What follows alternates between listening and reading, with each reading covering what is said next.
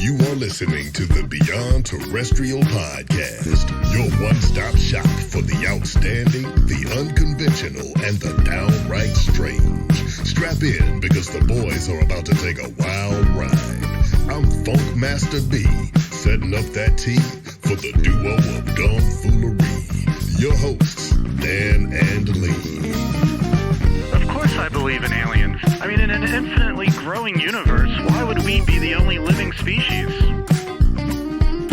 Bigfoot, Nessie, all that stuff, it's gotta be real.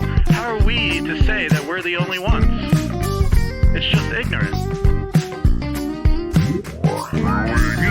I think aliens are not only from other planets, but they're time travelers.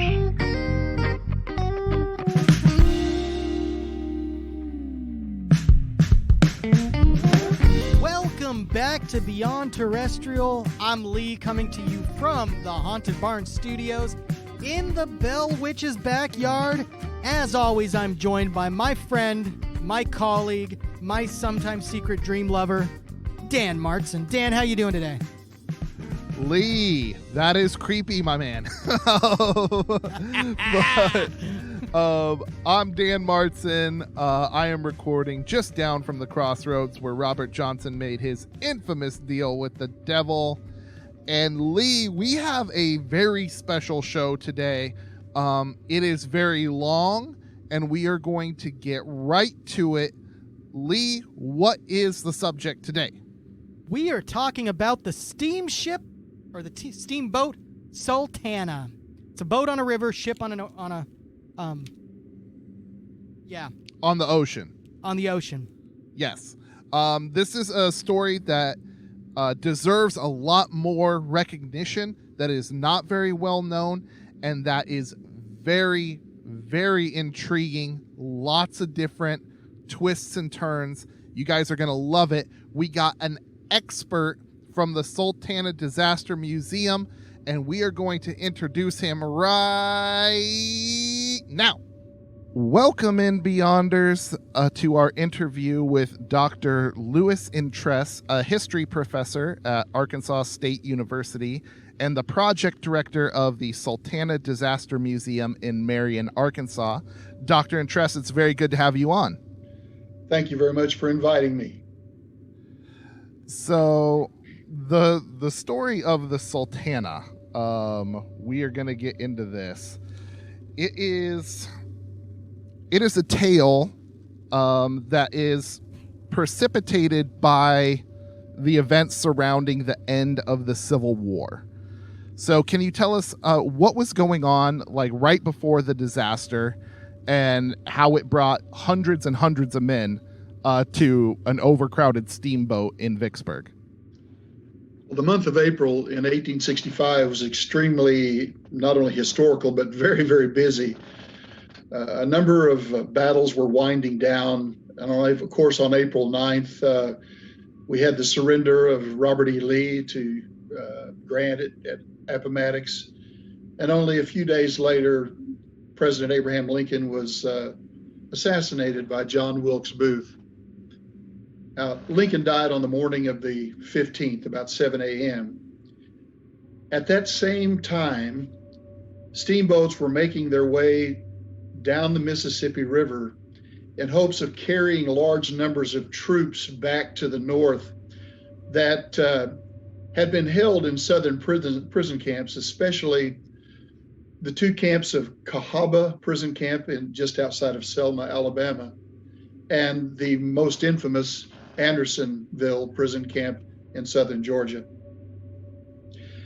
There were most of the steamboats at the time had been destroyed or were no longer being utilized, and the few steamboats that were still available to haul large passenger loads were fighting for the right to bring those soldiers and private passengers north at that time.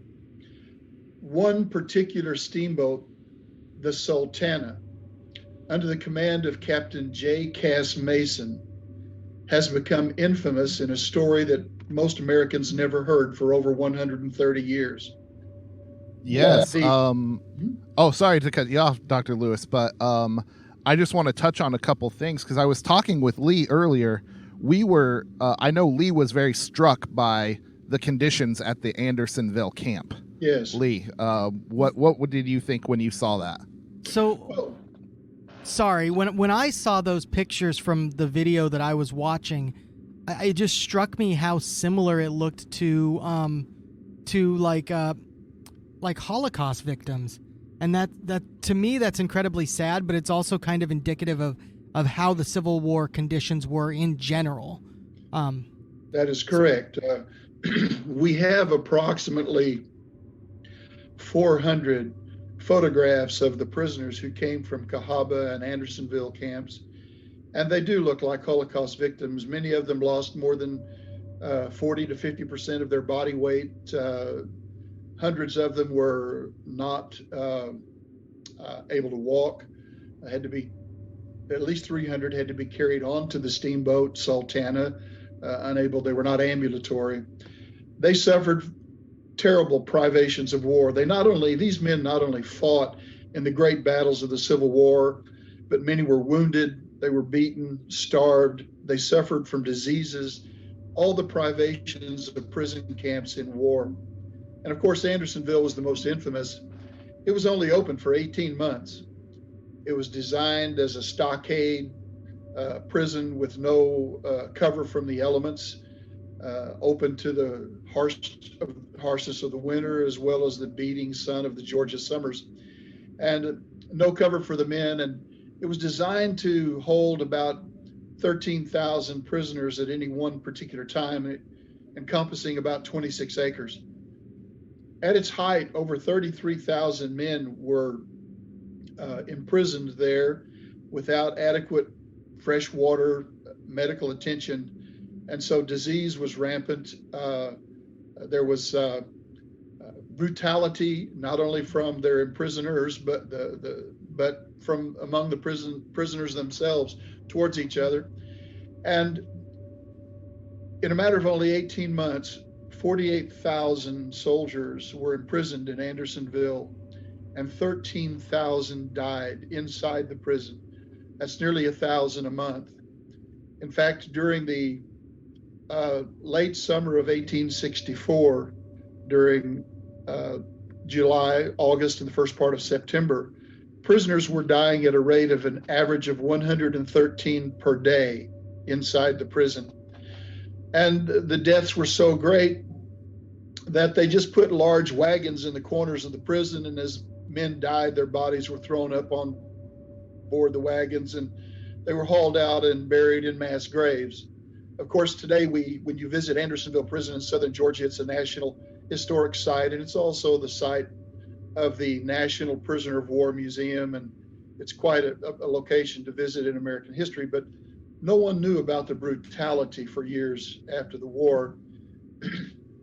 And the circumstances in Cahaba Prison were similar, not quite as bad, not quite as extraordinary. In Cahaba Prison, not quite as many people died. On the average, prisoners in those camps only had about 6 square feet of personal space, and the rations were down to a half a cup full of corn rinds or bad pork, which would make you sick on a daily basis. And of course, as we know, at Andersonville Prison, the commandant of Andersonville Prison was the only man ever to be hanged for war crimes after the Civil War. And wow, that is a fantastic story. I mean, I can only imagine, the deaths, the open latrines, and then like Georgia in August. Yeah. Oh my, like it would be absolutely terrible. But I had actually never heard of Cahaba, so that was another new thing I learned in this story of the Sultana. There's so much in this that has been overshadowed by history, and we'll definitely get to that. But these prisoners were all released, or started being released around March 20th, and they were sent out to Vicksburg to a parole camp where they would eventually meet up with the Sultana. Now, can you tell us about the steamship Sultana's history prior to 1865? Yes, the steamboat Sultana was commissioned to be built by Captain Preston Lodwick in 1862. He was a steamboat captain who owned a large number of steamboats, lived in Cincinnati, Ohio. He commissioned the Sultana to be built at the John Litherbury Steamboat Yard in Cincinnati, right along the Ohio River. The boat was 260 feet long. It was 42 feet wide at the beam. It accommodated 1,000 tons in displacement, but it only drew 34 inches of water when it was at full speed. It was an efficient boat. It had a relatively new type of boiler system, a tubular boiler system on it, which was much lighter, less bulk and mass, but also produced greater steam pressure, indicating that it would give greater speed for the boat. And speed was of the essence on the Mississippi. If you wanted to travel or you wanted to send your cargo from one city to another, you wanted to get there fast. And so speed was of the essence, and the Sultana was built for speed. But it was also built for some luxury. On the second deck, it had 36 private cabins. Each would hold 2 passengers, so it could accommodate 72 private paying passengers in what were at the time luxury. Between those 2 cabin lines on the second deck was a very luxurious meeting and dining area with 4 large tables that could accommodate 24 diners at each. There were chandeliers, painted leaded glass for sunlight. The back, the stern end of that deck was carpeted for the ladies to meet in, and it was quite an exquisite boat for its time. However, although it was built for passenger service and the cotton trade as well, when it was launched in January of 1863, the Civil War was well underway, and so the United States government, the Union Army, commandeered it quite often for the use to transport both soldiers as well as war materials. And so after its launching in 1863, it was actually fired upon several times by the Confederate soldiers and encampments along the river, and it suffered quite some serious damage to the upper decks in late 1863 and 1864. But by the end of the war, there were so few steamboats available to carry people north, particularly soldiers coming back to the north from these prisons, that there was a lot of competition.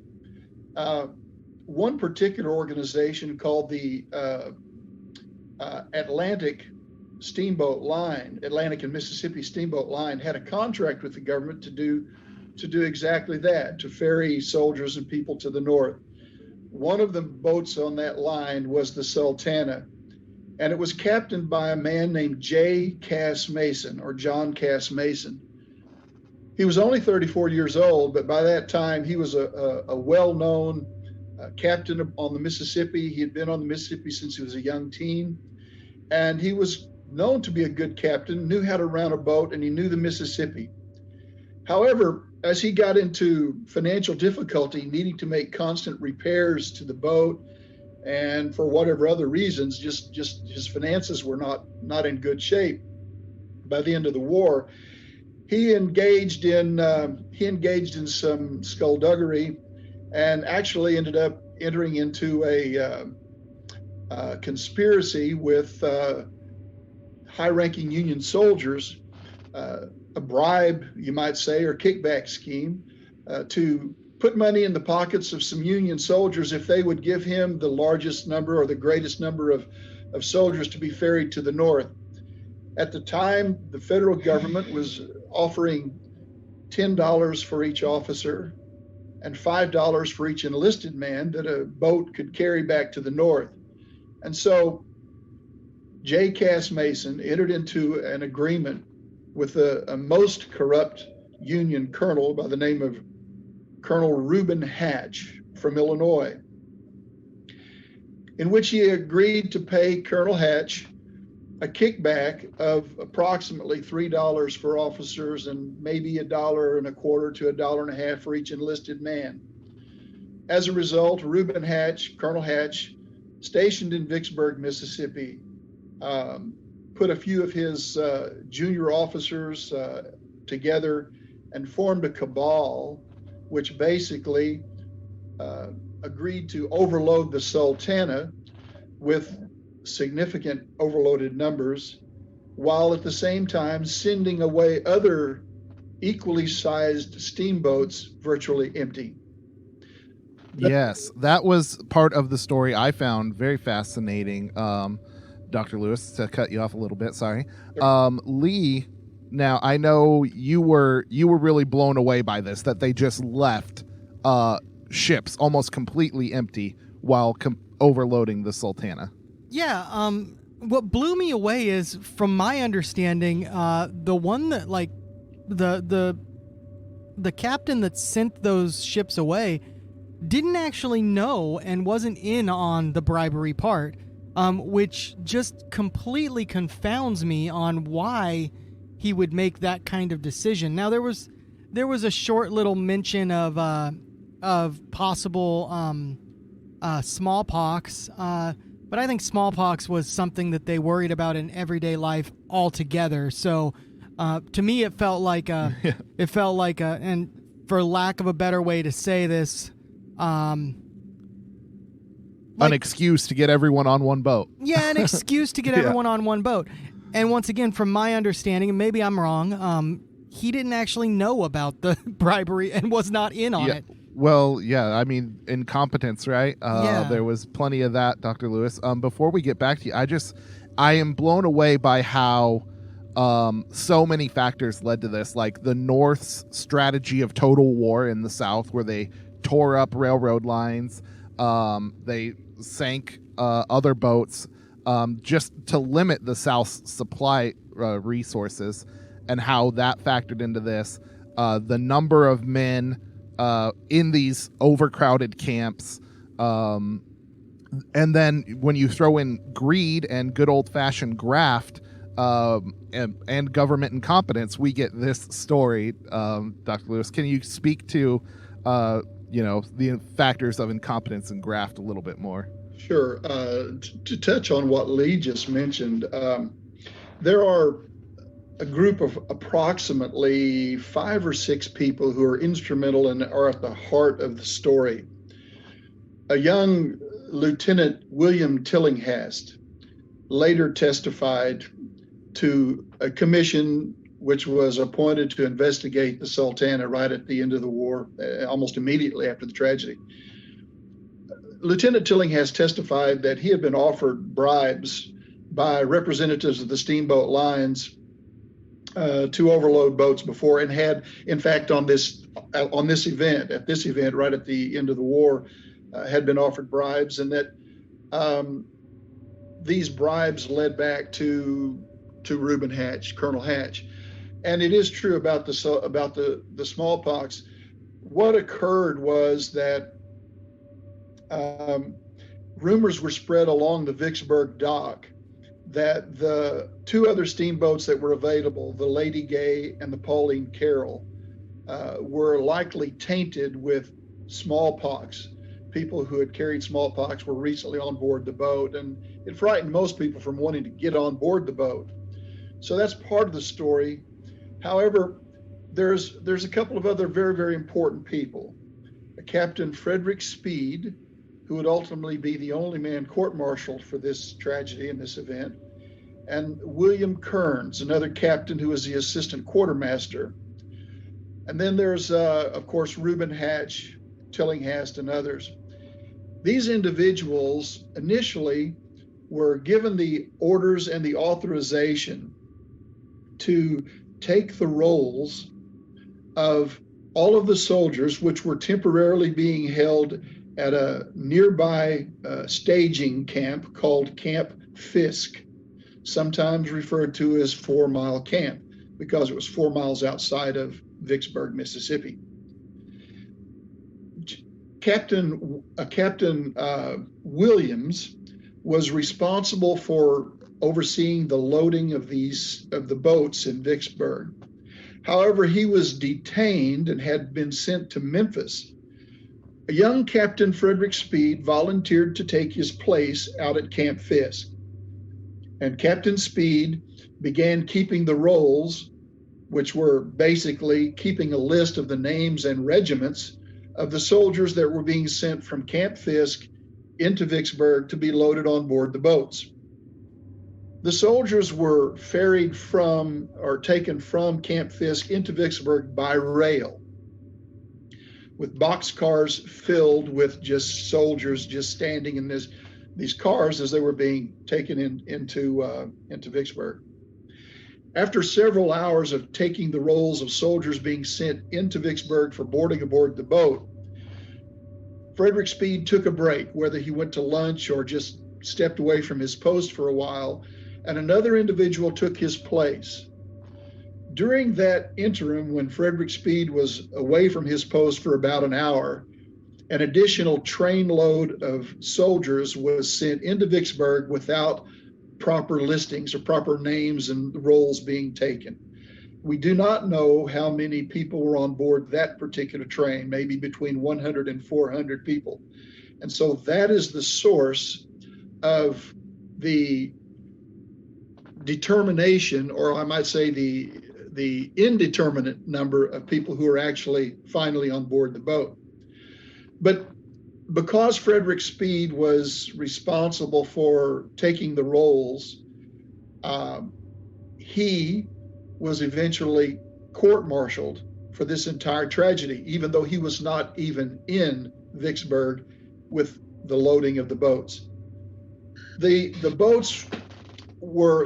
steamboat was loaded with over 2,300, possibly 2,400 people. It was designed to carry only 376 people. Wow. It was approximately 1/14 the actual size of the Titanic, which went down 47 years later. As far as displacement, it was basically 1/33rd, or only 3% the mass and size of the Titanic, but approximately 1/14 in total size. Yet it had as many, if not more, people on board than the Titanic, and as many, if not more, people died on the Sultana, even though it was so much smaller. What made this story so egregious is partially that they overloaded this steamboat because of kickbacks and bribes to Union officers. They overloaded this steamboat nearly 7 times its capacity. In fact, one survivor stated that they were driven on board the boat like pigs in a sty. And he also said that, another said that there was not even hardly standing room. The boat was so overfilled that men, in making the trip, had to tie themselves to the railings to keep from falling asleep and falling overboard, because there was little room to lay down. And only those that could not stand and that were of either diseased or injured badly that had to be laid in a prone position had to take up that room. And so everyone else had to stand for the entire trip. That was bad enough in itself. But what made it more egregious, what made this tragedy even worse, is the fact that the boiler, the inside starboard, or what they then called the larboard boiler, the inside left-hand boiler, was known to have a very dangerous leak. On the upriver trip from New Orleans to Vicksburg, the first engineer of the boat, a man by the name of Nathan Wintringer. Nathan Wintringer was an engineer, the first engineer of the boat, and he discovered a leak, a busted or ruptured seam on the inside boiler that was leaking steam and dripping boiling water. Very dangerous.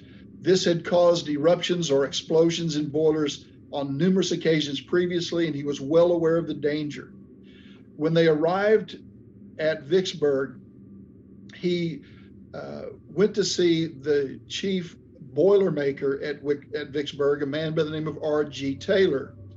And R.G. Taylor, after his investigation, stated that he could not safely allow this boat to go back out onto the river until it was repaired properly, which would take 2 to 3 days of replacing that boiler.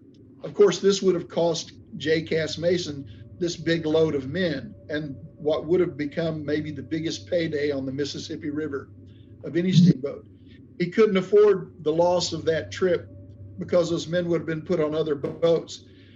We do not know why R.G. Taylor changed his mind. There's no evidence that he himself was bribed, but within a matter of a few hours, he agreed to simply put a small plate over the rupture. He didn't even hammer it back into place and fit it properly. He simply put a small plate over the rupture to try to protect the seam from rupturing further and exploding, and called it good. And many of the survivors testified that they saw the repairs being made as they were being loaded on board the boat. So we know that the captain, the first mate, the chief engineer, the second engineer, and several of the ranking officers knew that the boat was extremely dangerous, could possibly explode at any time, and by overloading this boat, put the lives of over 2,300 men and women in jeopardy. Wow. They were willing to take this risk.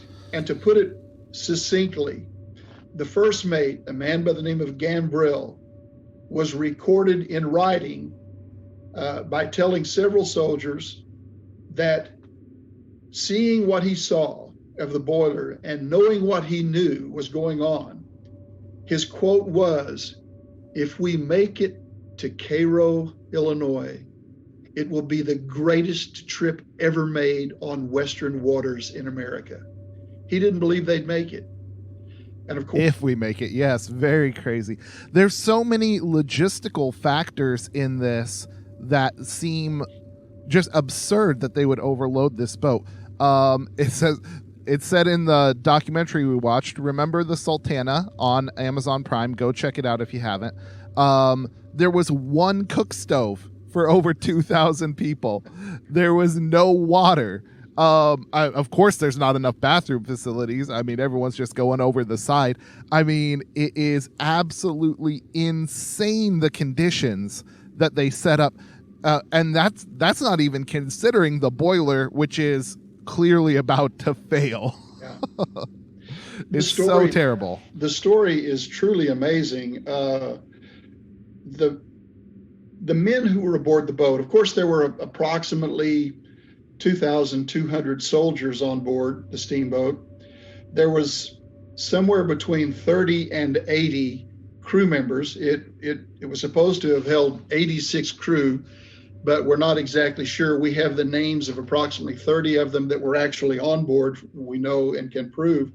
So between 30 and 80 crew members, and somewhere between 80 and 100 paying passengers, all who have incredible stories that we are telling in our museum. But the story going upriver is quite remarkable. Even though the boat was significantly overloaded, the men were happy. Stories of survivors telling the commission that men were singing songs. They were thrilled. They'd been in battles. They'd been captured. They'd been imprisoned. They'd been brutalized and starved and beaten and you name, suffered every privation you can think of. But now they're going home. The war is over. They're going home to see their loved ones, many of them for the first time in several years. And so the air, the atmosphere around the boat was that of joy, regardless of the conditions. They were going home. When the boat stopped on April the 26th at Helena, Arkansas, April 26th of 1875, about 7:15 in the morning, the boat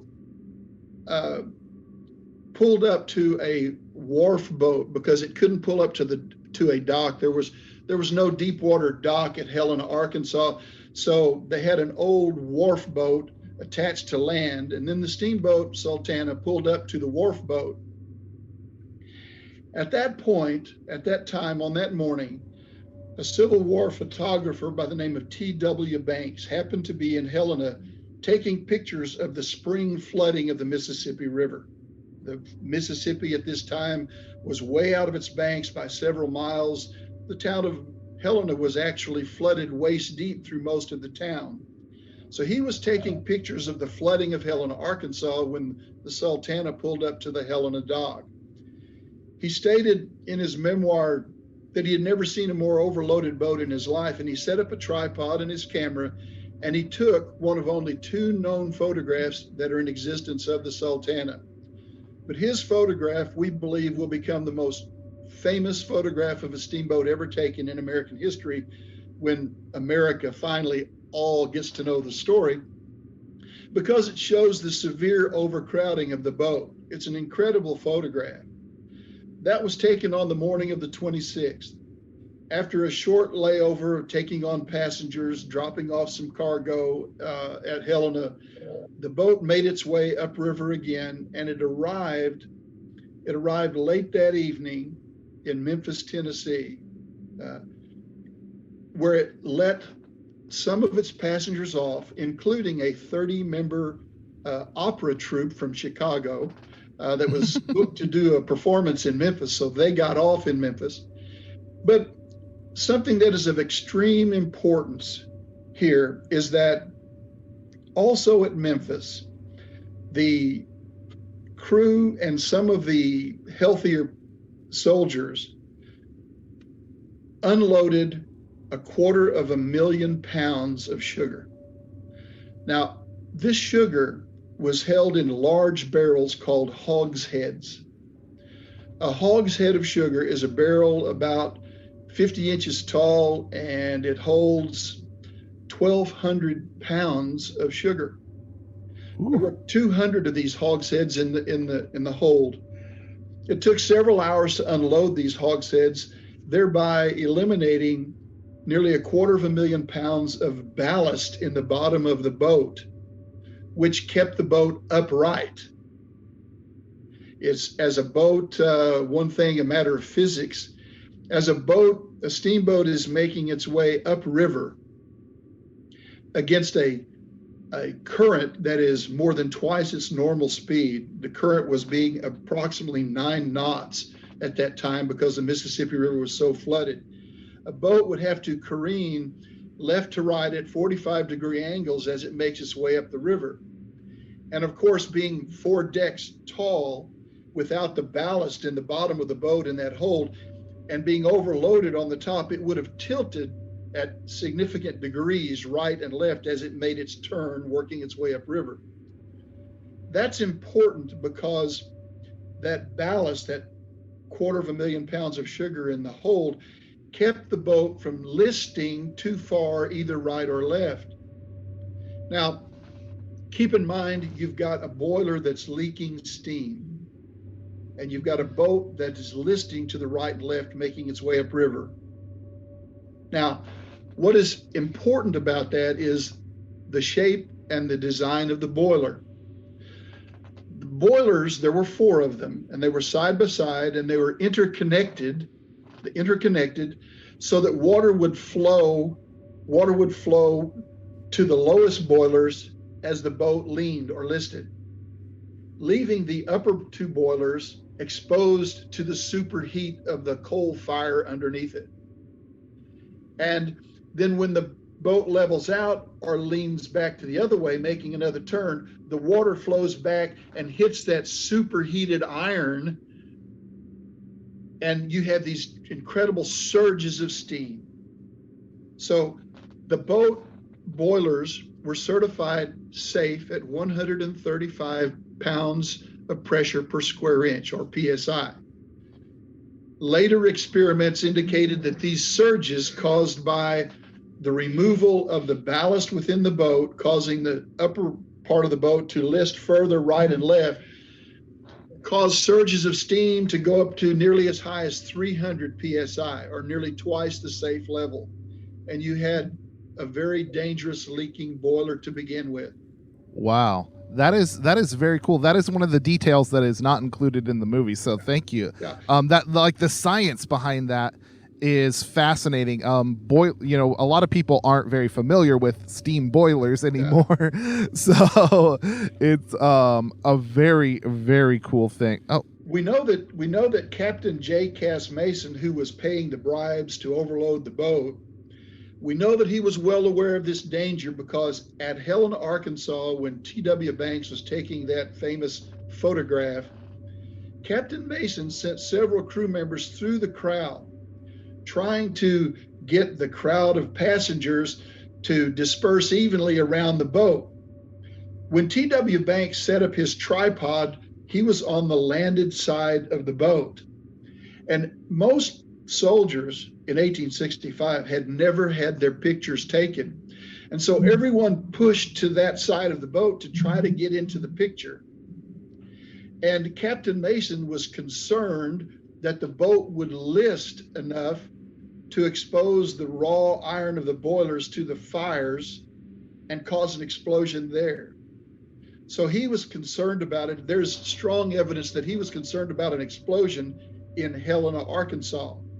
But they survived that and began to make their way upriver. Now, when they finished unloading people, the Chicago Opera Troupe at Memphis, they then moved about a quarter of a mile up the river, and they took on 1,000 pounds of coal to make as fuel to make the trip the rest of the way up the river to Cairo, Illinois. But by that time, the ballast in the bottom of the boat had already been removed. And as they began to make their way upriver against the current and they were careening back and forth, the top of the boat was listing farther and farther to the left and right each time it made a turn, causing the raw iron of the boilers to superheat until they only made it, after removing the ballast in the bottom of the boat, the steamboat only made it 7 miles upriver from Memphis once the ballast was removed before those boilers exploded. Wow. So this is really a perfect storm of factors. The river's overloaded. The river has a high current from the spring runoff. The boat's overloaded with people on the top decks. Its ballast has been removed from the lower decks. The boiler is malfunctioning. Lee, it's like this disaster was just made to happen, like it was fated. What do you think? I wouldn't call it fated. I would say it was irresponsibility that caused the disaster. But I was just doing a little bit of math while the doctor was speaking, and so I had to Google, because I'm not a maritime expert, how fast a knot is, because he mentioned the river was running at about 9 to 10 knots. A knot is about 1.5 or 1.15 miles per hour. So that means it was running at about 10 to 11 miles an hour down. And they were fighting a current of about 10 to 11 miles an hour. Now, the average speed from the documentary that we listened to that they like to run was roughly 10 to 11 miles an hour. So in my eyes, that means he was doubling they would have to be doubling their average speed just to keep up that average speed. And from the understanding that I had, the captain liked to keep that speed. So they may have been pushing that boat twice as hard as it normally would be, giving it, 7 times the stress from weight from passengers, and then with no ballast. This was total and just complete irresponsibility.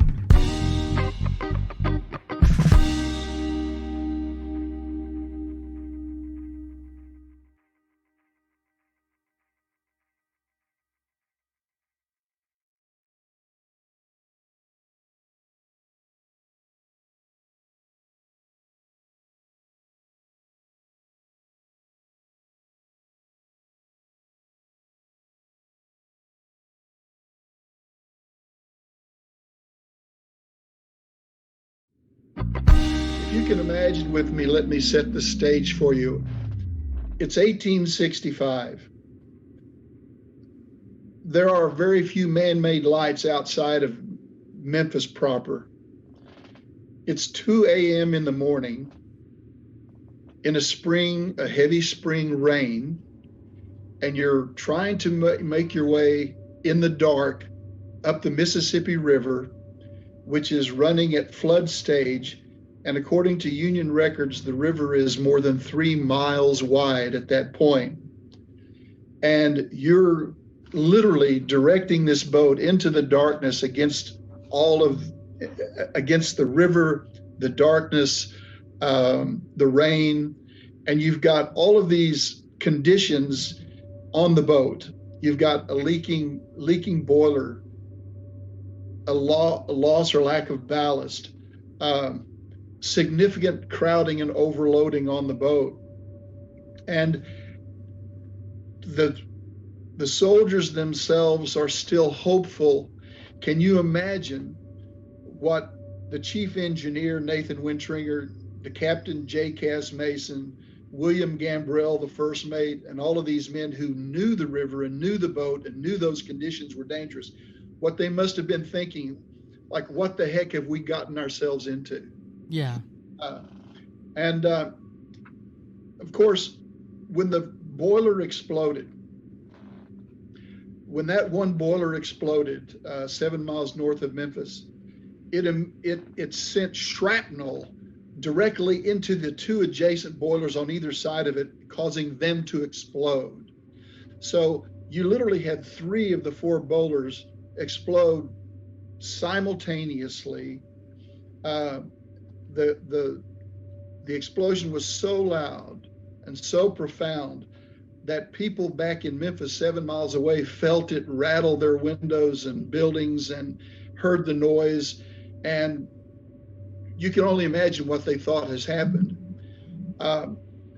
It's estimated that, and the steamboat was examined about a week later. The parts that were still sticking up out of the river was examined about a week later. The initial explosion blew a hole from the main deck where the boilers sat on the main deck, the first deck. It blew a hole at a 45-degree angle back towards the stern of the boat, ripping out the second deck, the hurricane deck, which is the third deck, and the Texas deck, tearing out the pilot house and the first dozen or so of those cabins on the second deck, leaving a gaping hole of about 25 to 30 feet wide up through all 3 of the upper decks. Those decks being blown as such, the rest of the deck collapsed down into the hole like slides. And with that crowded passenger list, with all that huge crowd, those that weren't killed instantly from the explosion were falling down and sliding down into the fires. It must have been hell for them. It's estimated that maybe 400 to 600 people died almost instantly or within a matter of a few seconds. But then keep in mind the conditions. The boat loses all power. There's no light now except for fires. And it's beginning to float back downriver with the current under fire. The Sultana was a twin side wheeler, meaning it had a pit paddle wheel on each side of it. As the fire spread to those, one of the paddle wheels fell off into the river, dragging much like a catamaran would. So the boat began to not only burn, but it began to turn as it drifted, turning in circles as it drifted down the river because of the drag of that paddle wheel housing in the water. And as the boat was turning and drifting downriver, the wind, of course, would change, sending the fire both directions. It was just a matter of moments when the entire steamboat, built of a very cheap plank plywood and untreated lumber and old paint, it was only a matter of a few moments when that entire boat was totally engulfed in a conflagration of flames. And it's estimated 10 to 12 minutes, everyone on that boat, nearly 2,400 people, were either dead or in the Mississippi River. And most people couldn't even really swim well in 1865. And so more than, maybe 3 or 4 times more people drowned or died from exposure to that frigid water, the cold, the current, than actually died on the explosion and fire. Right. Well, and many of the passengers were emaciated POWs. Correct. So Correct. They had that against them too. I mean, I also saw that because the boat had been so overloaded, a number of the soldiers had used the fire buckets for collecting water, and there was absolutely no way to fight this fire once it started. That's correct. There was no real way to fight the fire, nor were there any real flotation devices for anyone to use. And wow. A steamboat with nearly 2,400 people on board it only had one small yawl, which is a small boat on the back end on the stern end of the boat, which was used to go to and from the boat to the land. And it only had one lifeboat on the entire boat. So one lifeboat that would hold maybe 12 to 14 people, and one small yawl that would hold 6 people. So if you had these 2 small boats, which you might want to call lifeboats, could maybe, if they were even if they had been available, you might have saved 20 people with those 2 small lifeboats. But there were 2,400 people on board. And wow. So there is no record. There is no record of any survivors being picked up out of the river or floating up on the land on the banks after 12 hours. So within 12 hours, pretty much everyone that died had already died. And there were about 800 or so survivors that were picked up out of the water by other boats, by boats that came out of the Memphis docks. We have literally hundreds of stories that were told that we have the records of from men aboard those boats who pulled bodies up out of the river and had the flesh, they were scalded with steam, flesh literally peeled right off of their arms and legs when they tried to lift them out of the water.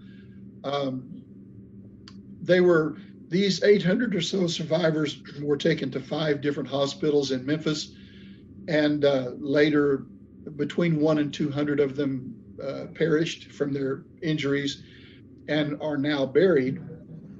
Maybe as many as 200 are buried in the National Cemetery in Memphis today. Of course, no records of their names, who the bodies were. So they're buried as unknown soldiers in the National Cemetery in Memphis. And as a result of that, and all of those Sultana soldiers, the National Cemetery in Memphis is second only to Arlington National Cemetery as having the most unknown soldiers. And they're mostly all from the Sultana. That is crazy. The stories of the survivors and the rescue and the aftermath, the immediate aftermath in Memphis are fascinating. The city of Memphis ran out of coffins. Yes, did. They couldn't put everyone in a casket. It was there was one survivor who floated most of the way to Memphis, who alerted a lot of these ships. A man by the name of Wesley? Oh my gosh, I had it in my notes. Wesley Lee. Yes, Wesley Lee. So his story is fascinating. One of the best ones, though, Lee, was is featured in the documentary. Private William Luganville. There was a 7-foot alligator that had been loaded onto the boat, I guess as a spoil of war, or a symbol of the South. I don't know. It was actually the crew's pet. He killed their pet. A 7-foot long alligator, which, by the way, stuffed alligators are our museum's mascot. We have alligators there, that little stuffed alligators. But oh, that's cool. The crew had a 7-foot long alligator as a pet, and when there were no passengers on board, they would take it out of its crate, a large wooden crate, and they would tie it off to 4 different areas on the bow of the boat, and they would let it sun itself out there. But when there were passengers on board the boat, they used ropes to pull it back into its crate, and then they would put the top of the crate on and literally box it up and slide that crate into the wheel housing, the paddle wheel housing, and hide it. And that's where it stayed. Well, Private Luginbill from the Ohio 115th Infantry, he was aware that crate was in there, and later he said that he didn't know how to swim, and so that when the explosion occurred and he was afraid to jump in the river, he and another individual through the wooden slats on that crate, they used a bayonet to kill the alligator, drug it out of the box, and then slid the box over and dumped it into the river and jumped in to float on that box, on that wooden crate to safety. Well, the other man evidently, for some reason, became detached from it and he drowned, and Luginbill floated to safety. He was hospitalized for a while, but when he got home to Ohio, he made a wooden curio box, which is about the size of a cigar box. It's a beautiful box. It's handmade of wood with a nice latch on it. And on the top of that box, he carved his name, William Luginbill, and then he carved the picture of an alligator is carved into the top of the box. And underneath the alligator, he carved the words, "Saved by a alligator." And in that personal box, when we were able to acquire it from the family, descendants of Luginbill, in that box we found a small glass bottle of dirt, and he had written on there and taped to it, "Dirt from Andersonville Prison." So we have a little bottle of the actual dirt that he brought from Andersonville Prison. We also have a couple of buttons from his military tunic. We have a beard comb that he actually made. He carved out of a piece of wood while he was in prison, carved a comb for his beard, and a couple of Civil War medals, participation medals that he had. And those were all in that curio box. We have that box also in the museum. But the amazing thing are the stories of the survivors, and the stories that they told us, that they testified to later, letters that they wrote home to their families. Many of these we're well aware of, and we have so much information as to what really happened from firsthand witnesses because of another Ohio private by the name of Chester Berry. Chester Berry survived several of the major battles and was captured and imprisoned in Andersonville Prison. After the war, surviving battles, surviving prison, surviving the Sultana, after the war, when he got home, he felt that he had survived so much that the Lord had something planned for him. So he became a minister, and for the next 30 years, he ministered to the people of his region as their local preacher. In the 1870s, he began writing letters to men who he knew had survived the Sultana, asking them to send back to him their personal memory of that night and what happened. And in 1892, he published a small book. There are very few of them left. I have an original here. He published this book in 1892. It's called The Loss of the Sultana and Reminiscences of the Survivors. And in his book are the personal memories of that night, the memoirs of that night of 124 survivors, each telling their own story in their own words. And these stories are remarkable.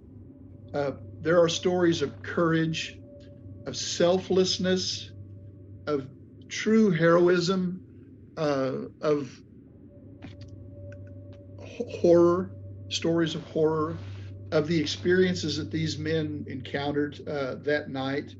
And that became the basis of our desire to create a museum to finally tell this story.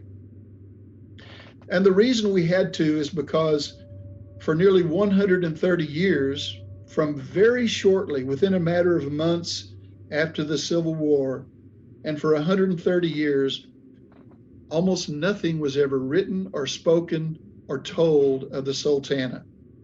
As these men died off over the years, the next generations didn't know the stories. And so the story was lost in our history. You would think that we would know a lot more about it because the newspapers should have reported that immediately. All the great newspapers in America at the end of the war would have reported it. But you must keep in mind what the conditions were in America. This tragedy occurred at 2:00 in the morning on April the 27th of 1865. But think of what happened on April 26th, just the day before. The train carrying Abraham Lincoln's body was traveling across the country, and all the newspapers were covering that story. Millions of people were standing along the rails wanting just to see the train. And they were covering that story on all the front pages. Also on the 26th, John Wilkes Booth was captured and killed. The assassin of Abraham Lincoln was captured and killed on the 26th. That was front page news in all the newspapers and wires in the North. Thirdly, on the 26th also, the last great army of the South, Joe Johnston's army, surrendered. They had continued fighting until April the 26th when they finally surrendered. That was news.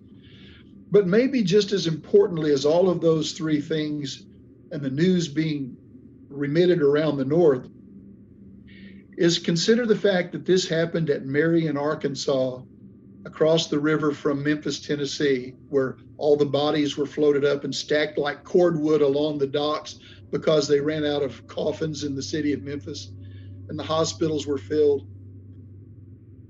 The most important thing, likely, is that there was no telegraph.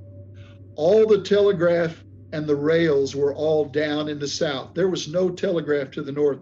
So the only way to get news to the North was by steamboat. And there were no steamboats heading upriver for the next few days. And those soldiers who finally got to the North simply wanted to forget what they had experienced.